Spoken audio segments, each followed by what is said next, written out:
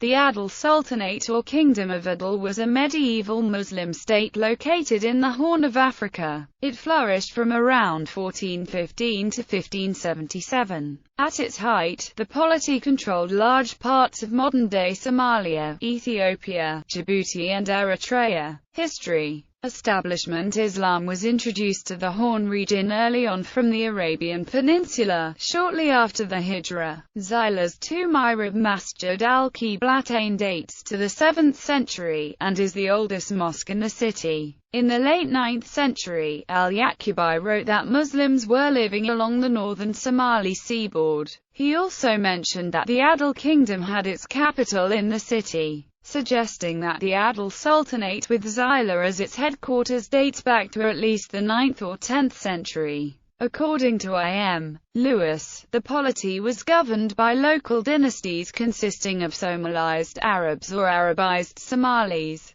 who also ruled over the similarly established Sultanate of Mogadishu in the Benadir region to the south. Adal's history from this founding period forth would be characterized by a succession of battles with neighboring Abyssinia. Adal is mentioned by name for the first time in the 14th century, in the context of the battles between the Muslims of the northern Somali and Afar seaboard and the Abyssinian king Amdac and the first Christian troops. Adal originally had its capital in the port city of Zila, situated in the eponymous Adal region in modern-day northwestern Somalia. The polity at the time was an emirate in the larger Ifat Sultanate ruled by the Warlashma dynasty. Warlashma dynasty. In 1332, the king of Adal was slain in a military campaign aimed at halting Amdac's march towards Zila. When the last sultan of Ifat, Saad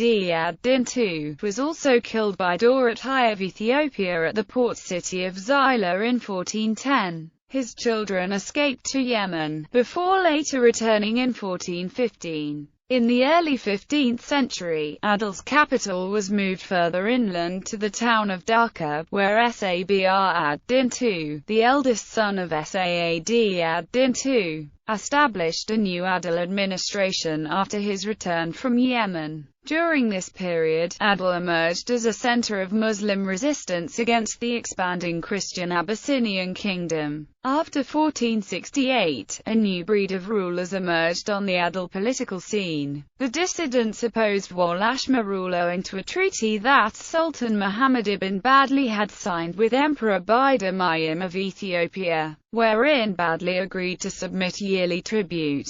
This was done to achieve peace in the region, though tribute was never sent. Adal's emirs, who administered the provinces, interpreted the agreement as a betrayal of their independence and a retreat from the polity's long-standing policy of resistance to Abyssinian incursions. The main leader of this opposition was the emir of Zila, the Sultanate's richest province. As such, he was expected to pay the highest share of the annual tribute to be given to the Abyssinian emperor. Emir Ade Osman subsequently marched to Dhaka and seized power in 1471. However, Osman did not dismiss the Sultan from office, but instead gave him a ceremonial position while retaining the real power for himself. Adal now came under the leadership of a powerful emir who governed from the palace of a nominal sultan. Adalite armies under the leadership of rulers such as Sabr ad-Din II, Mansur ad-Din, Jamal ad-Din II, Shams ad-Din and General Mufaz, subsequently continued the struggle against Abyssinian expansionism. Emir Mufaz, who would fight with successive emperors, caused the death of Emperor Anaod in 1508.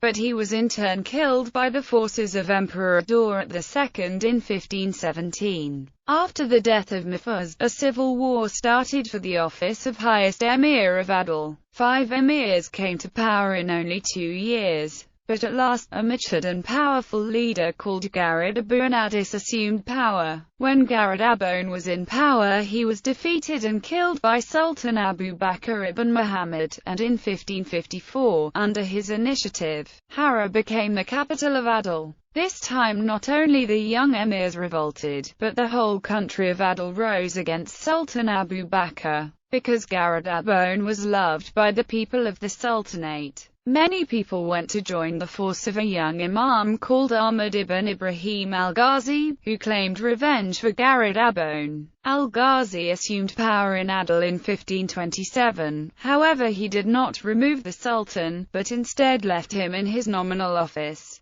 Yet, when Abu Bakr waged war on him, Ahmad ibn Ibrahim killed Abu Bakr, and replaced him with his brother Umar-din. In the 16th century, Adal organized an effective army led by Imam Ahmad ibn Ibrahim al-Ghazi that invaded the Abyssinian Empire. This campaign is historically known as the Conquest of Abyssinia or Futuh al-Habash. During the war, Ahmed pioneered the use of cannons supplied by the Ottoman Empire, which were deployed against Solomonic forces and the Portuguese allies led by Cristoforo da Gama. Some scholars argue that this conflict proved, through their use on both sides, the value of firearms such as the matchlock musket, cannons and the arquebus over traditional weapons. Sultans of Adal. Ethnicity. The rulers of the earlier Sultanate of Shewa and the Wal-Ashma princes of Ifat and Adal all possessed Arab genealogical traditions. During Adal's initial period, when it was centered on the port city of Zila in present-day northwestern Somalia, the kingdom was primarily composed of Somalis, Afars and Arabs. There is some debate over the ethnic composition of Adal after its capital moved to modern-day Ethiopia. I.M. Lewis states, Somali forces contributed much to the Imam's victories. Shihab ad-Din, the Muslim chronicler of the period, writing between 1540 and 1560, mentions them frequently. The most prominent Somali groups in the campaigns were the Samaroon or Gadabursi, Jeri, Marahan, and Hati, all Darid clans. Shihab ad-Din is very vague as to their distribution and grazing areas, but describes the Hati as at the time in possession of the ancient eastern port of Mate. Of the Isaq, only the Habam Magadal clan seem to have been involved and their distribution is not recorded. Finally, several Dir clans also took part. This finding is supported in the more recent Oxford History of Islam. The Sultanate of Adal, which emerged as the major Muslim principality from 1420 to 1560, seems to have recruited its military force mainly from among the Somalis. Lewis, on the other hand, notes that the Imam's origins are unknown. A. Waldwagner connects the name Adal with the Dankli tribe Ada Ila and the Somali name for the clan Oda Ali, proposing that the kingdom may have largely been composed of Afars, although Afars constituted a significant part of Adal. Didier Morin notes that the exact influence of the Afar inside the kingdom of Adal is still conjectural due to its multi-ethnic basis. Nevertheless, Franz Christoph Muth identifies Ahmad ibn Ibrahim al-Ghazi as Somali. Languages. Various languages from the Afro-Asiatic family are believed to have been spoken in the Adal Sultanate. Levi Cassanelli notes that Adal was one of various historic Somali sultanates in the region. Additionally, the 19th-century Ethiopian historian Asma Georgius asserts that the Wal-Ashma spoke Arabic, a Semitic tongue, which is similar to Ge'ez, which remains the Coptic liturgical language in Ethiopia and Eritrea. Economy. During its existence, Adal had relations and engaged in trade with other polities in Northeast Africa, the Near East, Europe and South Asia. Many of the historic cities in the Horn of Africa such as Madina, Abassar and Berbera flourished under its reign with courtyard houses, mosques, shrines, walled enclosures and cisterns. Adal attained its peak in the 14th century, trading in slaves, ivory and other commodities with Abyssinia and kingdoms in Arabia through its chief port of Zila. The cities of the empire imported intricately colored glass bracelets and Chinese celadon for palace and home decoration. Military. The Adalite military was divided in several sections such as the infantry consisting of swordsmen, archers and lancers that were commanded by various generals and lieutenants. These forces were complemented by a cavalry force and eventually later in the empire's history, by matchlock technology and cannons during the Conquest of Abyssinia. The various divisions were symbolized with a distinct flag. The Adal soldiers donned elaborate helmets and steel armor made up of chainmail with overlapping tiers. The horsemen of Adal wore protective helmets that covered the entire face except for the eyes, and breastplates on their body, while they harnessed their horses in a similar fashion. In siege warfare, ladders were employed to scale buildings and other high positions such as hills and mountains. Conquest of Abyssinia. In the mid-1520s, Imam Ahmad ibn Ibrahim al-Ghazi assumed control of Adal and launched a holy war against Christian Abyssinia, which was then under the leadership of Dorrit II, supplied by the Ottoman Empire with firearms. Ahmad was able to defeat the Abyssinians at the Battle of Shibrakura in 1529 and seize control of the wealthy Ethiopian highlands, though the Abyssinians continued to resist from the highlands. In 1541, the Portuguese, who had vested interest in the Indian Ocean, sent aid to the Abyssinians in the form of 400 musketeers. Adal, in response, received 900 from the Ottomans. Imam Ahmad was initially successful against the Abyssinians while campaigning in the autumn of 1542, killing the Portuguese commander Cristóvão da Gama in August that year. However, Portuguese musketry proved decisive in Adal's defeat of the Battle of Wainadaga, near Lake Tana, in February 1543, where Ahmad was killed in battle. The Abyssinians subsequently retook the Amhara plateau and recouped their losses against Adal. The Ottomans, who had their own troubles to deal with in the Mediterranean, were unable to help Ahmad's successors. When Adal collapsed in 1577, the seat of the Sultanate shifted from Hara to Ossa in the desert region of Afar and a new sultanate began, Oromo expansion. After the conflict between Adal and Abyssinia had subsided,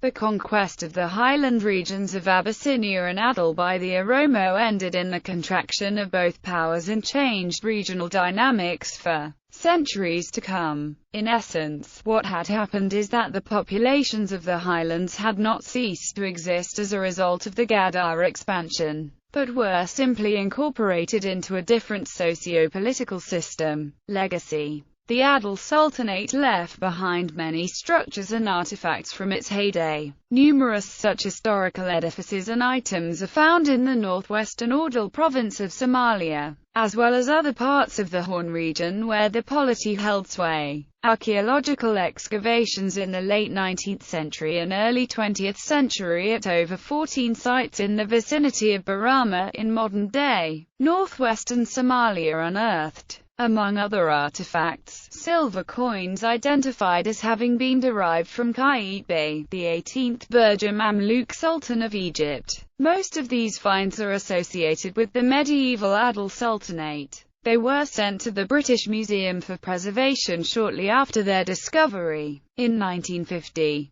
the British Somaliland Protectorate government commissioned an archaeological survey in 12 desert towns in present-day northwestern Somalia, near the border with Ethiopia. According to the expedition team, the sites yielded the most salient evidence of late medieval period affluence. They contained ruins of what were evidently once large cities belonging to the Adal Sultanate. Three of the towns in particular, Abra, Garjasa and Amud, featured between 200 to 300 stone houses. The walls of certain sites still reportedly stood 18 meters high. Excavations in the area yielded 26 silver coins, unlike the copper pieces that were more common in polities below the Horn region. The earliest of these recovered coins had been minted by Sultan Barkik, also of the Egyptian Berger dynasty, and the latest were again Sultan Qayit Bey issues. All of the pieces had been struck in either Cairo or Damascus.